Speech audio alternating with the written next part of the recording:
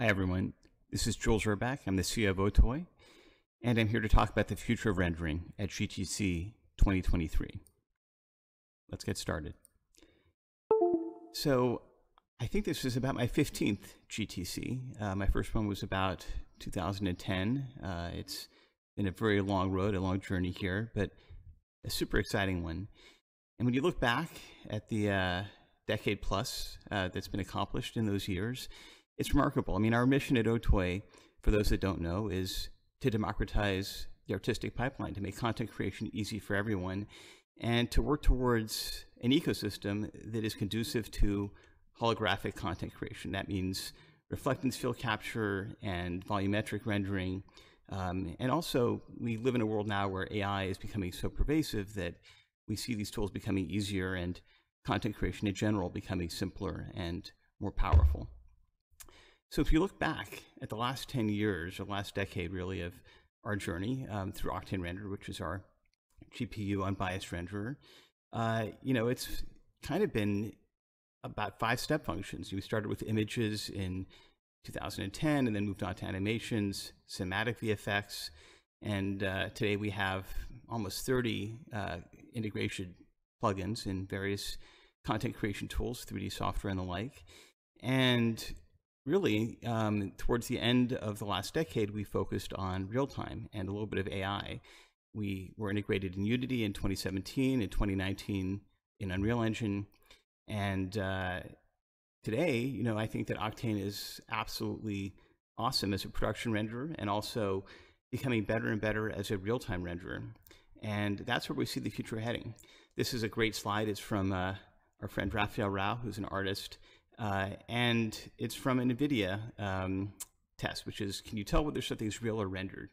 And I think that is really the test of graphics and GPU rendering in the future is, not only does it look real, but does it feel real? Does it, is it synthetic? Is it created by humans? There's so much that's going on in the world today, and I think that we're all sort of aware of that, especially with generative AI.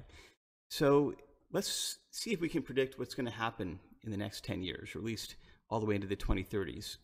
And I will say that going back to this presentation I did at NVIDIA GTC 2013 with Jensen, where we were rendering a transformer scene, and it was on, I think, 100 GPUs, which had about 40 Octane bench. Well, it turns out today that one of these GPUs on an iPad can effectively match one of the first NVIDIA GPUs, the K520, that was put on an Amazon instance in the cloud. And it takes about 10 years for something to go from a server GPU to a mobile tablet. And that's something that's remarkable. It also gives us a hint as to what may come in the future. So I think the trends that I'm sort of seeing, one, you're going to have unlimited scenes, whether it's from procedural rendering or from some of the streaming tricks that we're going to show in the coming slides. Obviously, AI neural rendering is here to stay. I think that's actually happening at a faster pace than I might have predicted last year. You're seeing just incredible strides from, a year ago, Midjourney, in August, Stable Diffusion, and of course, DALL-E and ImageGen from Google. I think that the other important trend is going to be figuring out who created the content. That's where Web3, crypto, and the blockchain actually has a purpose. There's also ambient GPU computing, which is where we see decentralized computing kicking in, and mixed reality as well. And then finally, towards the end of this decade, I see holographic display panels being really important and a fundamental aspect of how people experience content. It won't just be through glasses and wearables. So to that end, I want to talk a little bit about a partner. We invested in a company called Lightfield Lab, which is a small investor, but it's a rare thing for OTOY to invest in another company. But this company makes pretty special hardware. They make holographic display panels, Lightfield panels, that will eventually power a real-life Star Trek holodeck. And we've been showing off how we've been testing these Lightfield renders for a while now. These panels are essentially tiles. They can be linked together. The current version is about 20 inches by 20 inches, and it's going to high-end location-based entertainment first. But eventually, the economies of scale will allow this to become a consumer display, and you'll see it in devices from televisions to your tablets, and eventually even probably AR goggles. So What does this look like in real life? It's hard to describe. This is an actual video that was released about a year and a half ago on CNET, and it's showing the specular reflections on a light field panel. I mean, it's really difficult to express how real something like this looks on a 2D video, but seeing is believing, and eventually these panels will be everywhere. And I think you're going to have this experience of seeing reality as your eyeballs see it, without any wearables, without anything between you and the screen. And that, I think, is going to be a pretty remarkable sea change. You're going to see holographic display panels probably attached to walls and buildings, and there's all sorts of really fundamental step functions that are going to happen from having this be cheap. Now, the one thing that the holodeck for Star Trek does present is, are you seeing something that's real, or are you seeing something that is actually simulated? And it's not just the visuals. This is an interesting case study. This is from the end of Star Trek Enterprise, and on the left is the first episode of Star Trek: The Next Generation. It's a nice bookend because, as it turns out, this series, Star Trek Enterprise, which premiered in 2001, ended in 2005, turns out the finale, it's all in a holodeck simulation. So as you're watching this final episode of Star Trek Enterprise, you realize, well, wait a second, the entire show has been, at least the last episode, has been inside of the future Enterprise, the Enterprise D.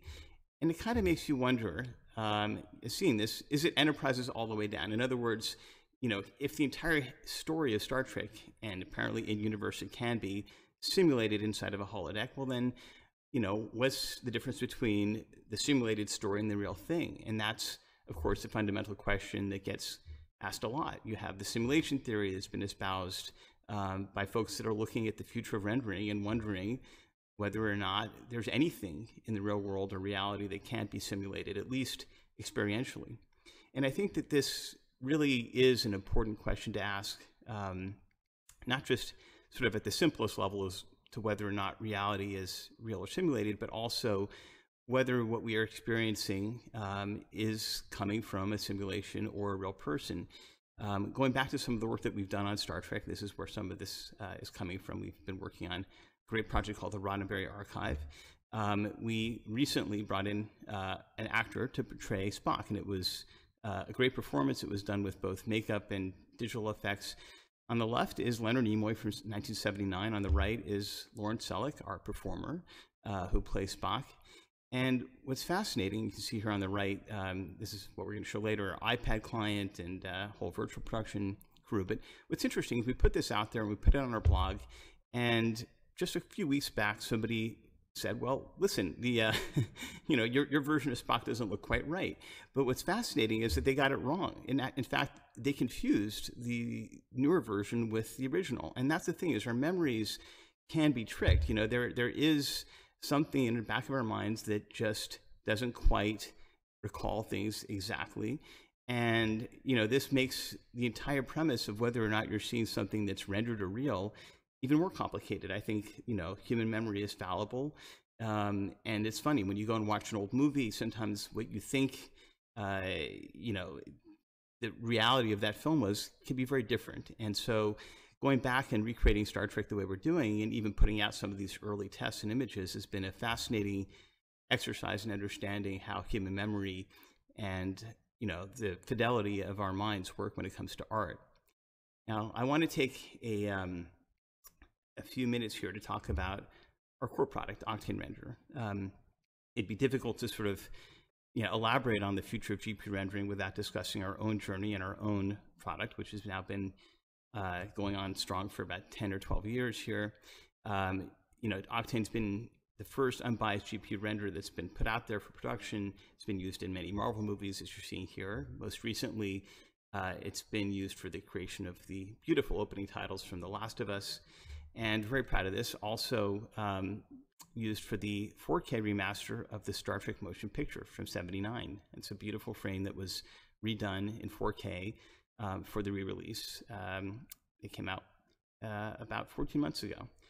Now I have a bit of news that makes this even more interesting, which is not just that this image and all these shots were rendered in Octane for the remastered version, but that these actual renders were done on the blockchain. We have a decentralized computing service called the Render Network, and it's using average GPUs, the machines that end users have, to do cloud rendering jobs. And for the first time, we have a major studio, Paramount, using decentralized GPUs to render frames from a major motion picture.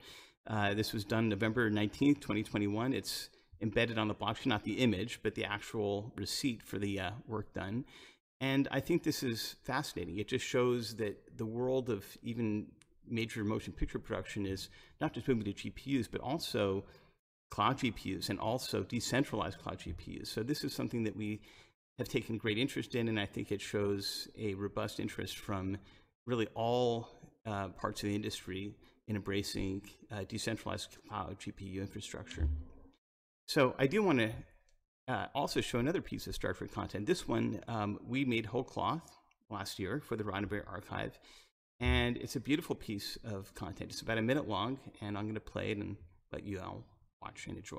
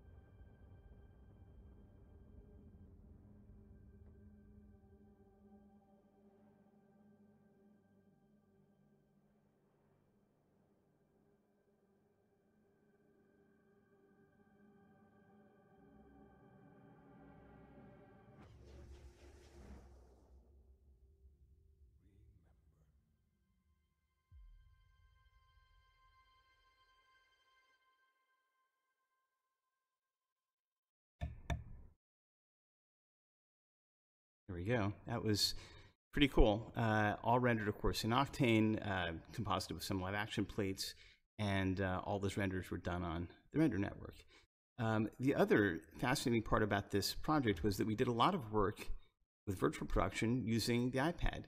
And in fact, our iPad workflow was featured by Apple recently, and we put out our Octane for iPad app, which again was used for a lot of the work that was done on the piece you just saw.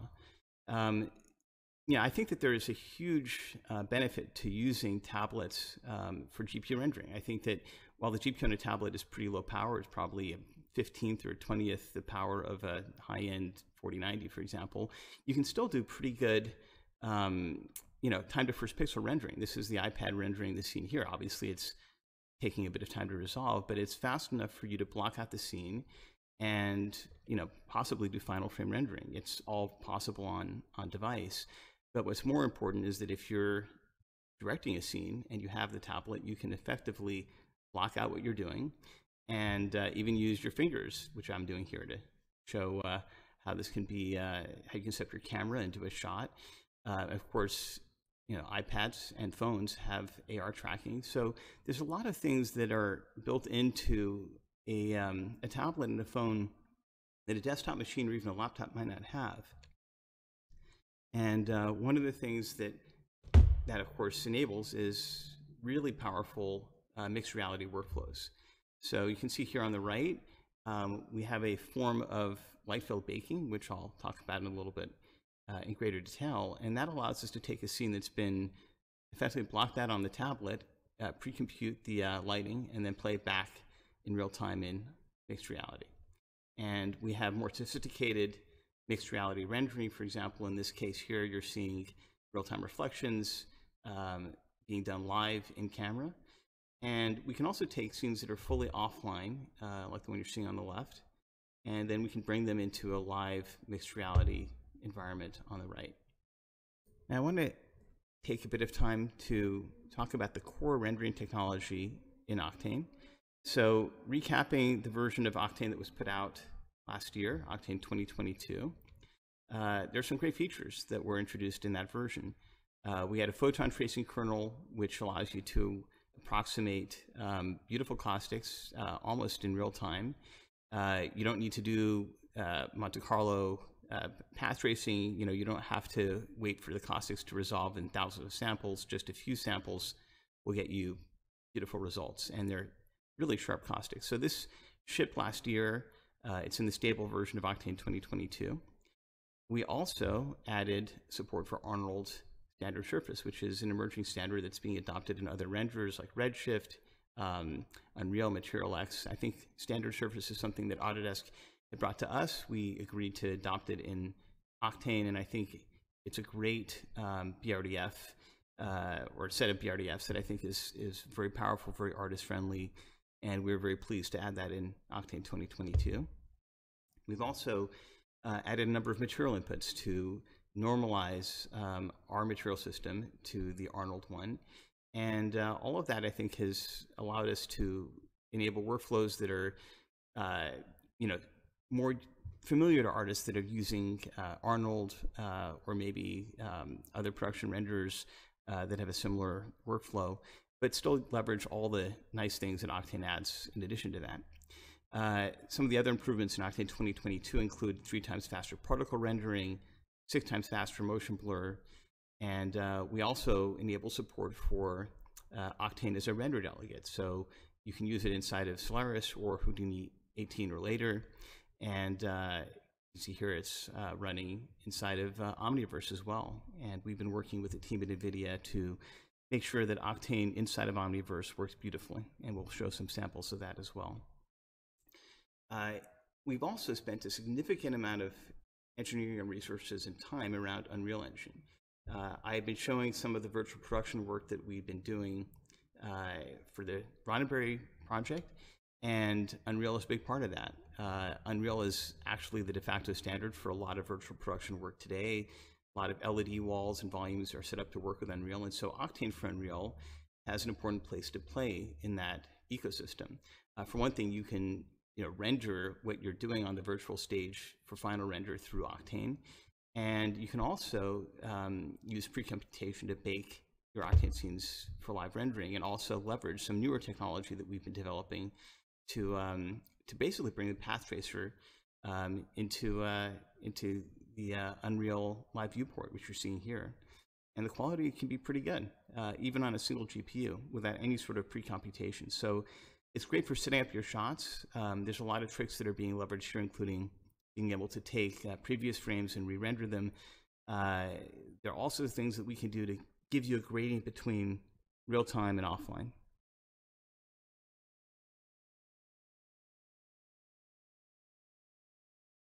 Now, I do want to show another bit of real-time technology that we've been actually showing off for about 10 years. It's called Brigade. Brigade is our efforts to take our work in Octane for offline rendering and figure out how best to deliver a real-time workflow experience with path tracing. So these are Octane scenes that were adapted to Brigade. The last few years we've been showing some of these renders that have effectively cut out some of the Octane features like spectral rendering to deliver near real-time rendering, and it's pretty good. But the thing that we discovered, and one of the things that really kind of made us switch gears, and that's one of the reasons why we've taken so long to release it, I think, has been, artists really want to stick with the workflow that they're used to having in the real-time, in the offline world with Octane. And so we've been developing ways to get Octane with spectral rendering, with all features, all materials, just working in real time. And this is a test version of Octane 2022. But the feature that you just saw where we've had noise-free rendering is shipping in this year's version, Octane 2023. So I want to talk about some of the features that we've developed for this version.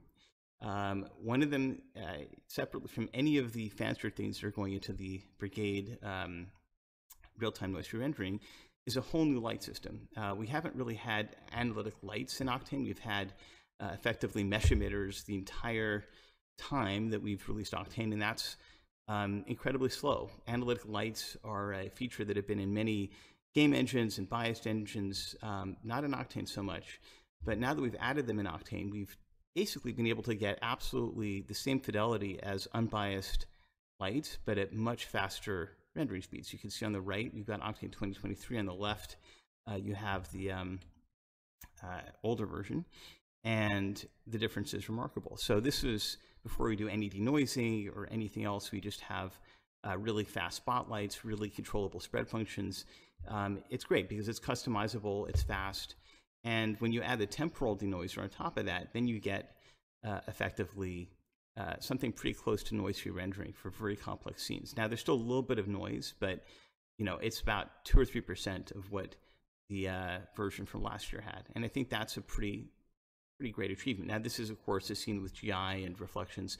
When you're doing something as complicated as subsurface scattering, we had to build a whole separate shader system for that, which is what you're seeing here. So in this case here, we're showing Octane 2023 on the left with a new real-time subsurface scattering shader.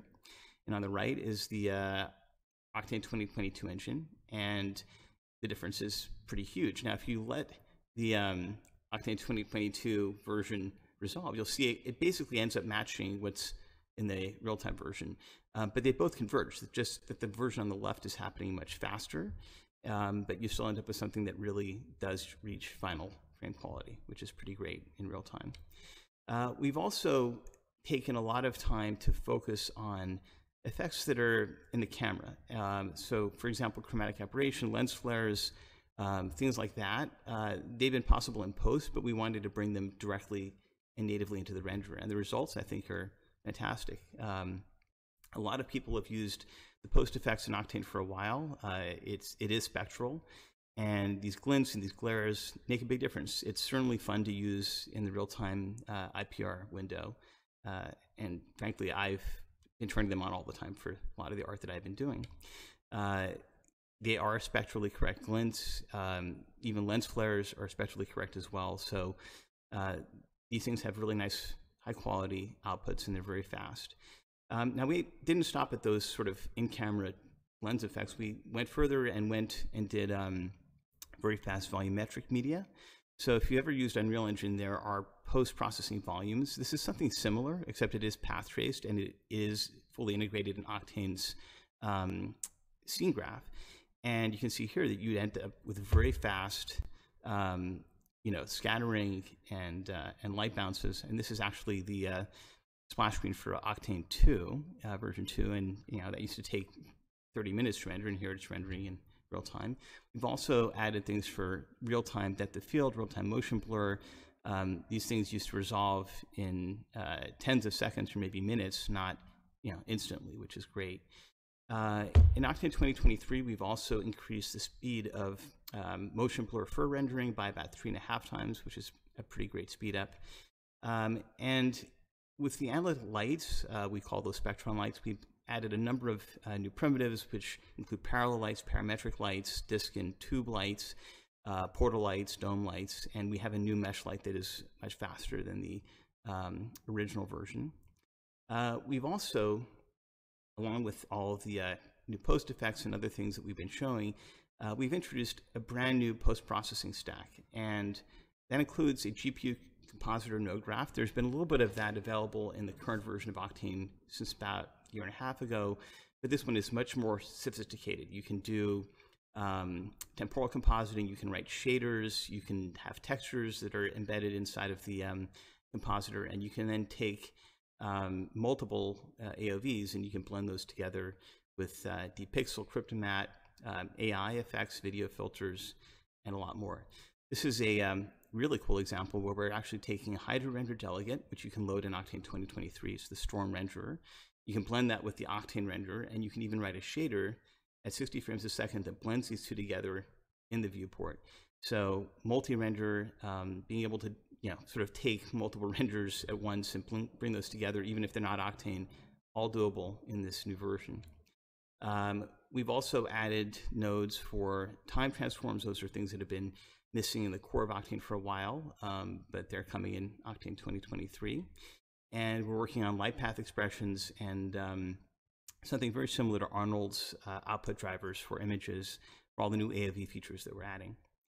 I will say that there's also a lot more going into Octane 2023 than just the renderer. We've been bringing on a lot of partners, MOI3D, which is a great modeler, Embergen, beautiful simulations and fire effects, Kitbash, Cascadeur for AI motion control, Architron for architectural sculpting and creation.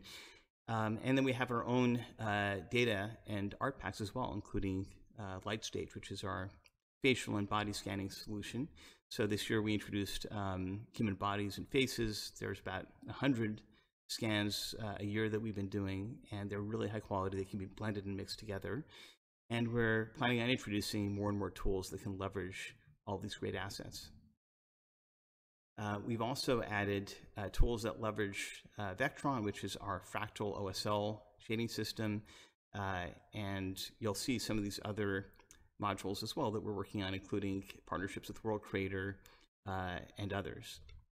So in the core of Octane, we're working on adding multi-process failover so that if you have a crash on the GPU, it doesn't bring down the host application.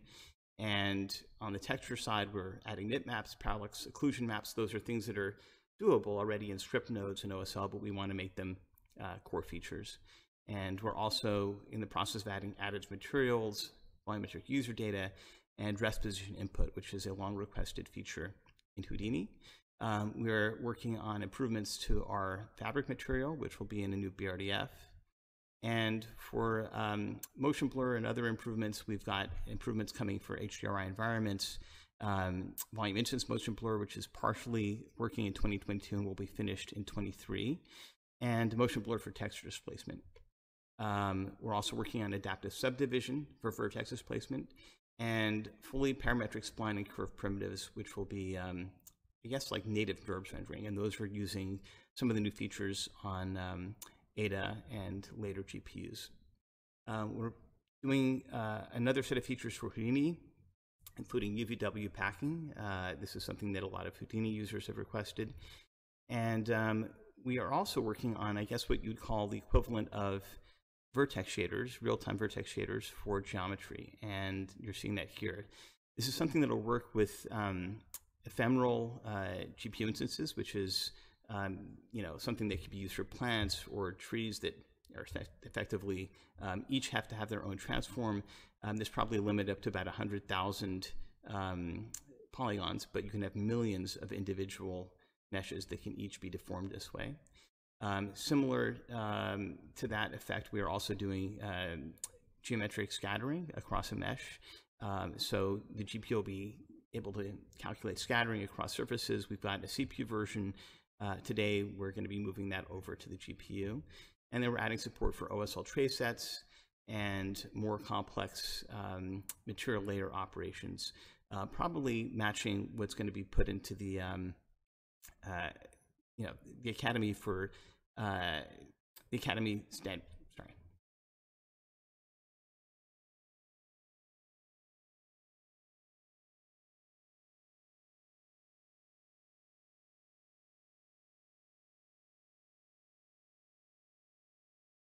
The other thing that we're adding in Octane is fluorescence and phosphorescence. This is in a build of Octane that we've had for about a couple of years. The reason why we haven't put out this along with polarized lighting is that it does have a speed slowdown, so we're working on resolving that. But if enough users request it, we might add it in. And of course, you now have GPUs that are so much faster that really it does make sense to probably consider integrating it towards the end of this year. On the third-party roadmap, we're adding support for Adobe Standard Surface, Material X, and also Hydra scene delegate support. So we'll be able to load, for example, Arnold's USD scenes directly through Arnold's node render delegate system, scene delegate system. Multistream is a brand new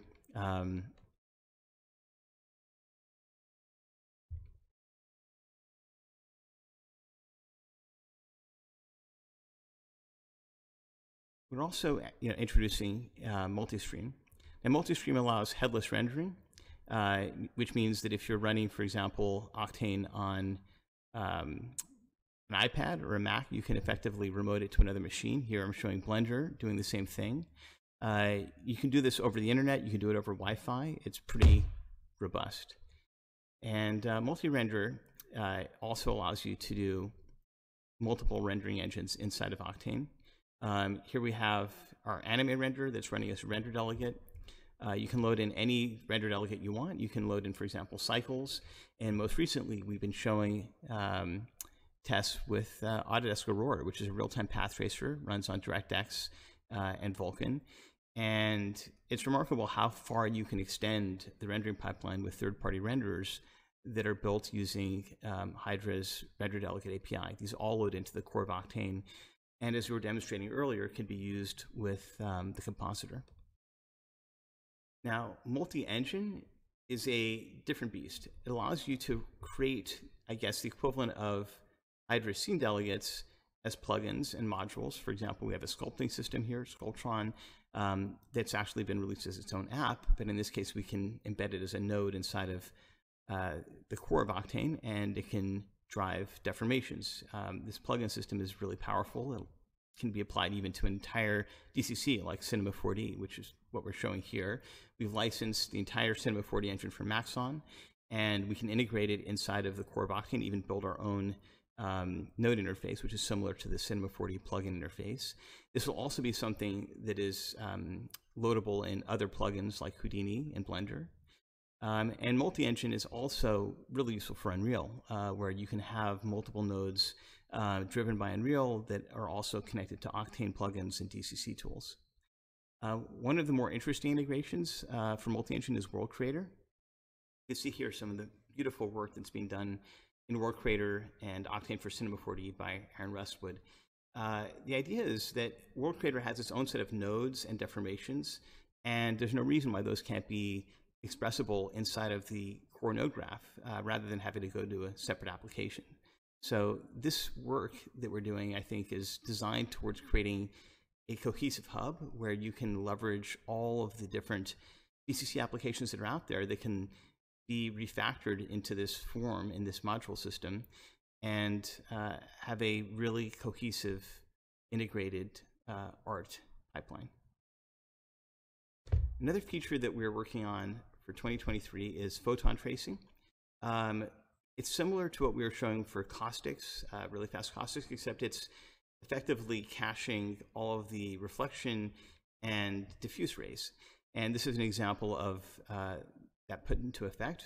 You're seeing that also used on the iPad example before, but this shows that it's also something that can be leveraged right within the rendering itself. So you can cache while you're live rendering and then recast that for much faster live rendering. As we look towards future technology, meshlets are a really important framework that we're developing for later this year. Hopefully it'll ship by the end of this year. It's effectively Nanite for Octane. So Nanite is a system for Unreal Engine that allows you to load in almost infinite data from an SSD. In other words, it streams it into GPU memory. And that's what we built with meshlets. So here you're seeing about 36 gigabytes streaming in with a 300 megabyte buffer, and it's streaming in at, I guess here it's 400 frames a second. It's pretty fast. It's not leveraging the full shading stack, but it's showing how powerful the system is. And you basically don't have to worry about GPU memory or system memory. Everything streams from SSD. That includes geometry and textures. Here's another example with just a 50 megabyte buffer, and it's basically streaming a huge amount of data. And this is a 64 gig mesh that's streaming in a 1 gigabyte buffer. It's pretty remarkable, how this works. And the other thing that I think is super useful is that, of course, if you can express everything as a texture, for example, displacement, textures and displacement maps can be streamed in really quickly. This is showing a 128K by 120K texture that's effectively streaming in for about, 50 megabytes worth of texture memory. And it's incredibly fast. This is running at least 60 frames a second. So the system for procedural streaming, I think, is something that makes a lot of sense for production rendering, but also for real-time rendering as well.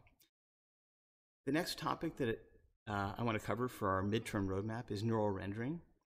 So neural rendering is something that we introduced last year at GTC 2022. And to recap, the way it works is that it takes geometry and it converts it into a perceptron. In other words, it uses a neural network to represent a 3D object in a volume, in a box. And we can render data into this neural network object. And similarly, you can also take data from external renderers or even images and turn that into a neural renderer as well. And the most common format for this type of object is a NERF.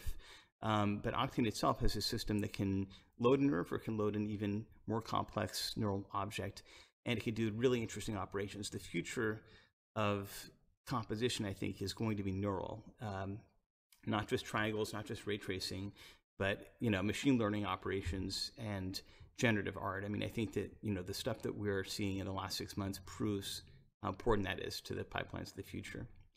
And to that end, we're seeing Stable Diffusion. We're seeing Google, work towards video generation from text prompts. Runway AI is also doing great work in this respect. So really, there's no path where we're not going to be building these kinds of tools into Octane. And here's an example where we have neural nodes that effectively override everything from textures to displacement with textual prompts, right? So you can do 3D scenes this way. You can do, you can see here, I can just type in a piece of text into a texture, and I can do the same thing for a mesh. I can generate a 3D object. I can do scattering.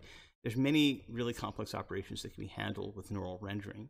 This is a scattering system. I want to have shape of Mickey Mouse in a field of trees, and the scattering system is built from that.